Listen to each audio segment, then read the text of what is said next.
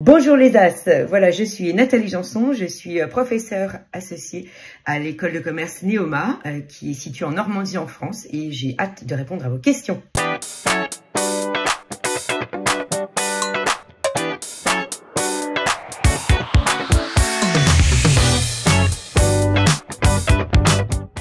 Salut les As! Cette semaine pour les As de l'entrevue, on parle économie et plus précisément crypto-monnaie.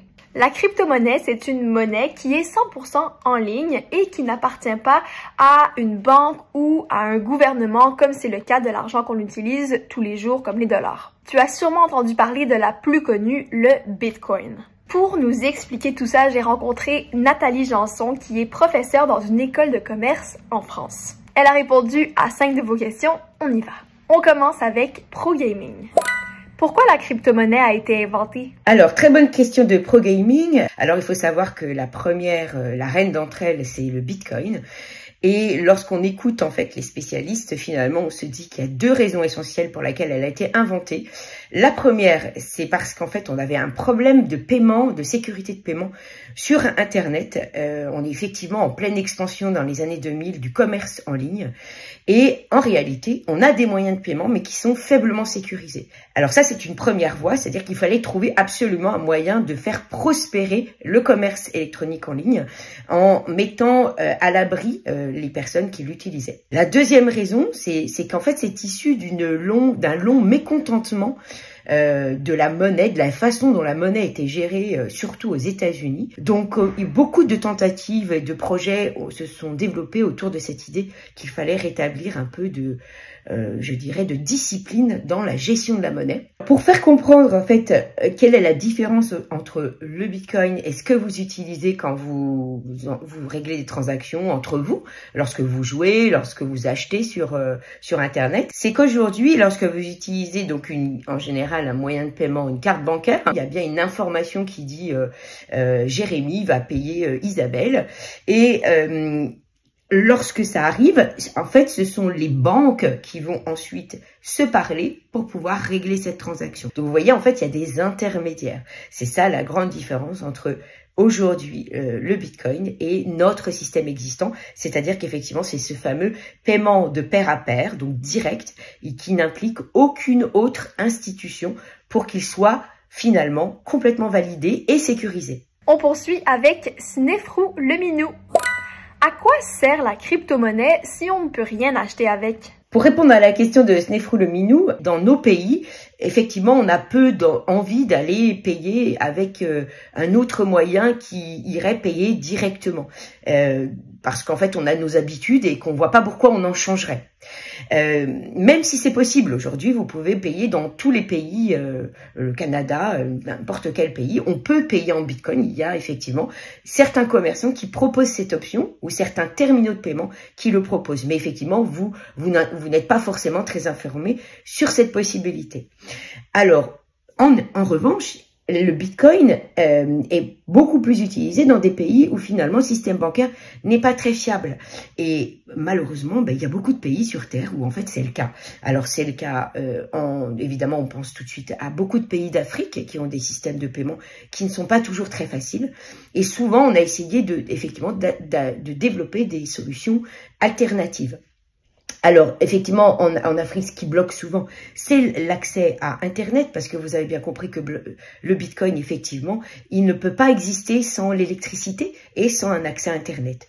Donc, c'est vrai que dans les pays africains, tous n'utilisent pas forcément le Bitcoin, mais par exemple, vous avez un pays comme le Nigeria qui l'utilise pas mal. Maintenant, la question de Team Taylor Swift. Pourquoi il y a plusieurs sortes de crypto-monnaies? Pour la question de Team Taylor Swift, effectivement, c'est une très bonne question, puisqu'en fait, dans le monde des crypto-monnaies, il y a effectivement différentes crypto-monnaies. Mais en fait, ce qui se cache derrière, c'est différents projets. Et certains n'aiment pas du tout les mélanger et tiennent beaucoup à ce qu'on sépare ces projets. C'est pour ça d'ailleurs que je vous ai essentiellement parlé jusqu'à maintenant de Bitcoin et non pas d'autre chose. Pourquoi? Bien, c'est très volontaire de ma part. C'est parce que Bitcoin, ce n'est pas une autre crypto-monnaie. C'est la première déjà, mais aussi parce qu'elle est vraiment née pour régler des problèmes monétaires, comme je vous ai dit, c'est-à-dire des problèmes de sécurité de transaction sur le net. L'autre plus grande crypto-monnaie, c'est Ethereum. Et Ethereum, on peut dire qu'en fait, c'est une autre catégorie dans la mesure où en fait, on l'assimilera plus à un équivalent digital du marché financier. Alors là, je vais peut-être un peu vous perdre parce que vous n'êtes pas forcément au courant de ce qu'est un marché financier. Mais un marché financier, en fait, c'est là où des entreprises vont essayer de trouver de l'argent pour développer des projets. Voilà, donc quand on n'a pas assez d'argent, on essaye de s'endetter auprès de quelqu'un qu'on a, et le marché financier nous permet de faire ça. Et puis là, après, il y a une autre catégorie dont vous avez forcément entendu parler, ce sont les fameux meme coins. Le meme coin de Trump, lui, en fait, vous l'achetez simplement parce que vous êtes un fan de Trump, vous croyez dans ses projets. Vous avez dû entendre parler de Dogecoin, qui était la monnaie d'Elon Musk. En fait, c'est plutôt une monnaie, je dirais, communautaire, c'est-à-dire qu'elle a rassemblé ceux qui étaient des grands fans d'Elon Musk, parce que Elon Musk en avait fait un de ses projets. Il avait même permis à un moment donné le paiement en Dogecoin des Tesla. Au fait, aujourd'hui, des crypto-monnaies, il y en a, je crois, plus de 7000. La prochaine question en est une de lectrice informée. Comment la crypto-monnaie peut perdre de la valeur? Pour ce qui est de la valeur de la crypto-monnaie, donc pour répondre à lectrice informée, qui est une très bonne question, alors le marché du Bitcoin, c'est l'offre et la demande. C'est-à-dire que j'ai une offre qui est limitée à 21 millions. C'est ce qui en fait sa rareté. Et c'est ce qui fait que son prix peut très vite s'envoler. Parce que son prix va suivre la demande uniquement. Vous voyez, quand vous achetez, quand par exemple, vous avez une collection de jeux qui a du succès, eh bien, Nintendo, par exemple, va en produire plus. Donc, vous n'allez pas avoir l'augmentation du prix, vous. Vous, ce que vous allez avoir, c'est que vous allez devoir attendre pour pouvoir l'acheter, parce qu'il n'y en a pas suffisamment sur le marché. Dans le Bitcoin, c'est pas ça. En fait, l'offre, elle suit une règle donc de croissance mathématique qui est inscrite dans le code, et elle ne suit que cette règle. Donc, si le Bitcoin a du succès, eh bien, il n'y en a pas plus qui est produit. Donc, la seule façon de pouvoir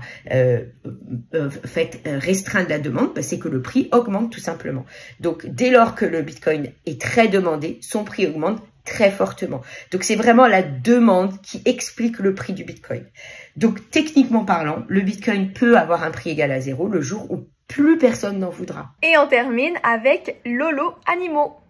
Si on utilisait de la crypto-monnaie avec tout, est-ce que ça changerait quelque chose?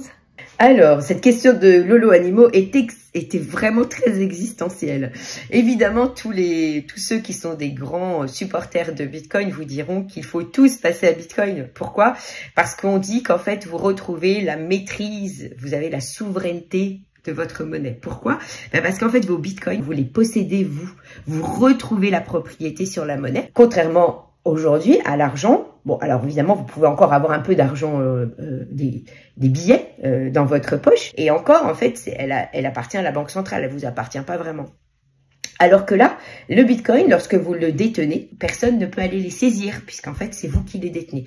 C'est pour ça que le Bitcoin est très abouti comme monnaie, parce qu'effectivement, vous détenez votre propriété. Alors, bien évidemment, vous comprenez que l'État et les banques centrales ne sont pas tout à fait disposées à disparaître aujourd'hui, et c'est pour ça aussi qu'elles font aussi elles combattent en fait l'expansion du Bitcoin, donc elles essayent de rendre en fait son adoption plus compliquée.